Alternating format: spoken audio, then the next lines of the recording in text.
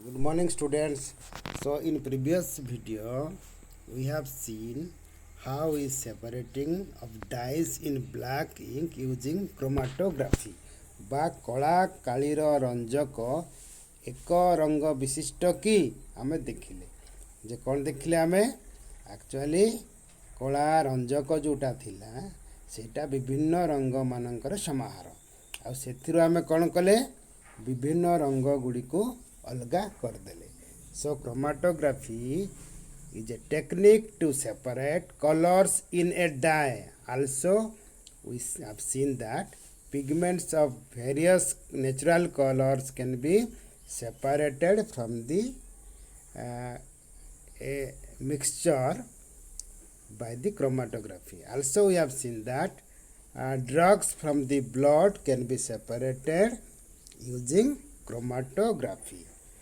So ଆମେ ଦେଖିଲେ today we shall see how we can separate mixture of two miscible liquids ମାନେ ଦୁଇଟି ତୈଳ ପଦାର୍ଥ ମିଶି ଯାଇଥିଲେ ସେଗୁଡ଼ିକୁ ଆମେ କେମିତି ଅଲଗା କରିବା. ଏକ୍ଜାମ୍ପଲ ନେବା acetone and water 2.8 activity ଦେଖିବା ଆମେ. Let's try to separate acetone and water from their mixtures. Acetone बोल एमती का जिनिस जहाँद्वारा कौन आमर प्लास्टिक इंडस्ट्री व्यवहृत हुए आउ विभिन्न इंडस्ट्रियल प्रोसेस रे व्यवहृत हुए एसेटोन आउ वाटर विषय जानिच very important for us. So how can we separate acetone and water. Acetone and water are two miscible liquids. तो आम देखा प्रथम आम एसेटन आउ जल को सेमानंकर मिश्रण रु पृथक करने को चेष्टा करवा केमती by the process of distillation बुझेला बा पातन पद्धति रे केमिति आमे दुईटी मिसी जाइथिबा तैल पदार्थ को अलगा करवा. So take a mixture in a distillation flask. Distillation flask तमर चित्र देखाई देखो distillation flask एटा होची तमर distillation flask. तापर आउ कोन देखुच सेटे गोटे स्टैंड अछि तळे ट्राइपॉड स्टैंड अछि जोठे कि distillation flask रखाइची ऊपर थर्मोमीटर अछि एटे क्लैंप लगाइची जा द्वारा कि distillation flask ठीक भाबे रही परिबो. तापर एपट अछि आउटलेट वाटर आउटलेट तापर क्लैंप अच्छी वाटर कंडेंसर माने कौन जल कंडेन्स हो माने जल बा तले आम कौन कले अग्नि संयोग कले जहाँद्वारा कि डिस्टिलेशन फ्लास्क रे थिबा जल और acetone water and acetone try to vapour बाष्पीभूत होगा लगे. ठीक आम थर्मोमीटर रे टेम्परेचर से रीडिंग जदि नबा 56 डिग्री सेंटीग्रेड रे कौन हम एसेटन बाष्प होगा लगे से बाष्प गुड़िक एपटे आसब क्लैंप दिखाई वाटर कंडेन्सर गोटे अच्छे यहाँ हूँ वाटर कंडेन्सर से कौन हम बाष्पीभूत जल बाष्प जोटा होता से बाष्प गुड़िक कंडेन्स होइकी जल रे परिणत हो आउ ए बिकर से गुड़िक रहिबो. Okay देखुच beaker. सो एथिपाई गोटे ए बिकर रे कौन है कि एसेटन गुड़ाक जमा हो. तो आम देखा गोटे गोटे लाइन कौन कौन लिखाई hit the mixture slowly keeping A close watch at the thermometer. तो आम देखा थर्मोमीटर को लक्ष्य करवा धीरे धीरे मिक्सचर को हिट करने को चेष्टा करवा. The acetone vaporises condenses in the condenser and can be collected from the condenser outlet. ए बिकर आम जल बुंदा गुड़िक पड़ा को लगे यहाँ हूँ एसेटन.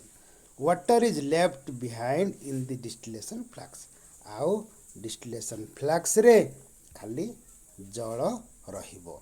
एटा को आम परीक्षा पाई गोटे वीडियो मध्य देखिबा.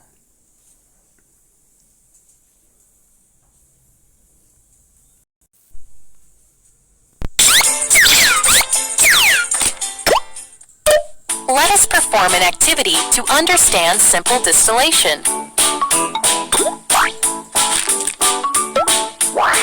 Take a mixture of acetone and water in a distillation flask. Distillation flask रे water और acetone नियाला.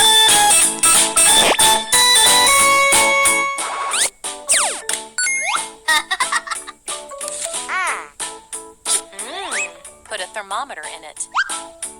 देखो थर्मामीटर केमती लगाला छिटे है ना.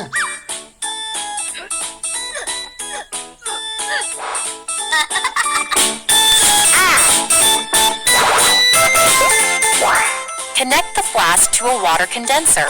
That's a water condenser.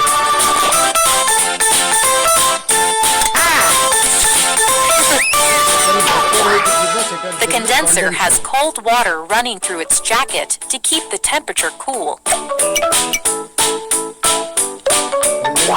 Keep a beaker at the outlet of the condenser.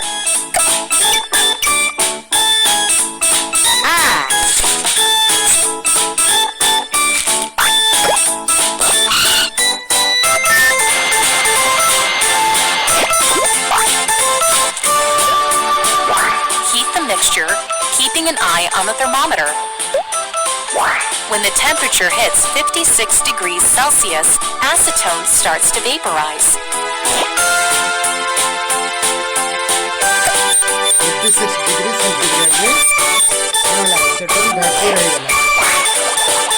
भाप गुड़िको condense होगी water acetone रे condense acetone. These vapors condense in the water condenser.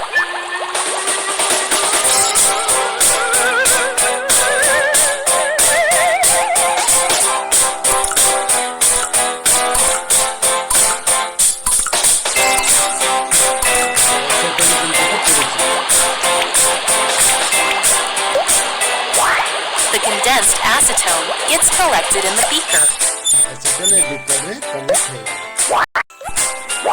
Acetone is collected in the beaker. In this way, acetone and water get separated by simple distillation. तो हमें video रे देखिले केमती water रु acetone गुडी को हमें separate कर देले. So in this way we can separate two miscible liquids by the simple distillation method. Okay, try to answer these questions. What do you observe as you start heating the mixture? मिश्रण गरम हेबा को आरंभ हैला बेले तुमे कोन देखिलो जे temperature in the thermometer slowly improving or increasing नेगी टेम्परेचर धीरे धीरे बढ़िबा को लागिला. At what temperature does the thermometer reading become constant for some time? केउ तापमात्रा रे थर्मोमीटर रा पठनांक रीडिंग किछि समय पई स्थिर रहि गला. केउ तापमात्रा इन 56 डिग्री सेल्सियस देखले जे आउ किछि समय पई से स्थिर रहि गला आउ बढ़िला नाही. तो ए टेम्परेचर रे ए तापमात्रा रे कोन हला एसेटोन धीरे धीरे बाष्प हेबा को लागिला. पुणे कंडेंसर देकी बाष्प धीरे धीरे तरल अवस्था को आसी पुणी से एसेटोन रे परिणत होई से बिकर रही गला. What is the boiling point of acetone? So हमें देखले boiling point of acetone is 56 degree Celsius. Why do you separate component separate? Why do the components separate?